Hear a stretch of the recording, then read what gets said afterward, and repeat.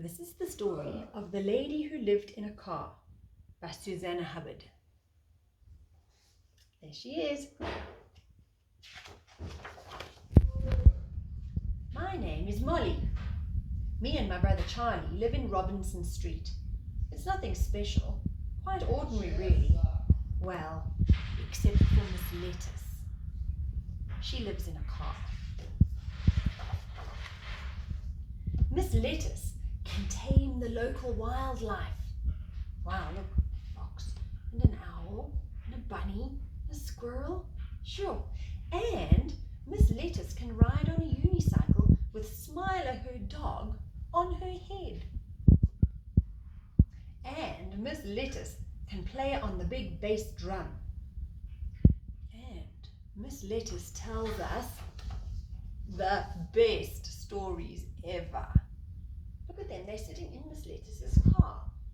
Oh, and they're even having cupcakes and tea. She tells us about her days spent in the circus and about the time when Smiler jumped through the hoop onto the head of a bald man. She tells us about her travels as a dancer on the big ships and of how she met a handsome captain and oh, how they fell in love. But now, Miss Lettice lives in a car and she says, I wouldn't change it for all the Lapsang Souchong tea in China. And in the boot of her car, she keeps the most amazing collection of hats to suit all her moods. A jolly hat, a shy hat, a silly hat, a grumpy hat. But there is one man on the street who doesn't like hats, Mr. Brushwood. He doesn't like silly hats, peculiar cats, dirty rats, flapping bats, little dogs, noisy clogs, slimy frogs, worms in jars, Spanish guitars, and especially ladies who live in cars. One day, Mr. Brushwood wrote a letter to everybody in Robinson Street, and this is what it said. It's time Miss Lettice got herself a proper home.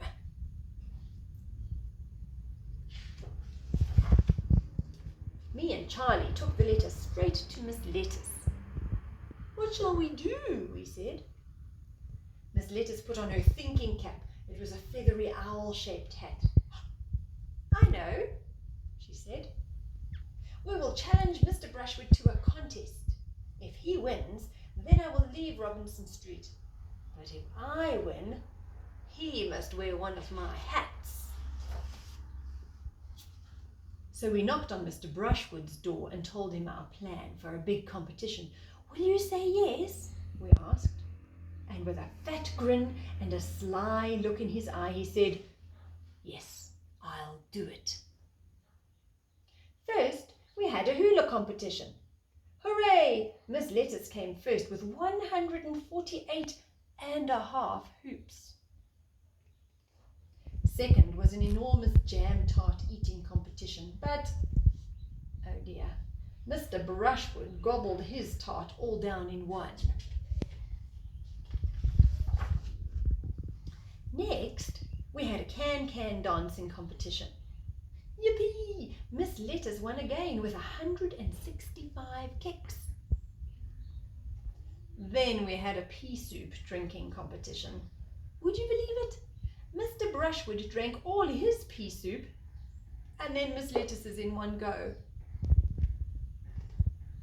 And if that wasn't enough to make you feel sick, last of all, we had a skipping in frog suits competition. Miss Lettice and Mr. Brushwood skipped up and down Robinson Street. They skipped and they skipped and they skipped until finally, blah, Mr. Brushwood was sick everywhere.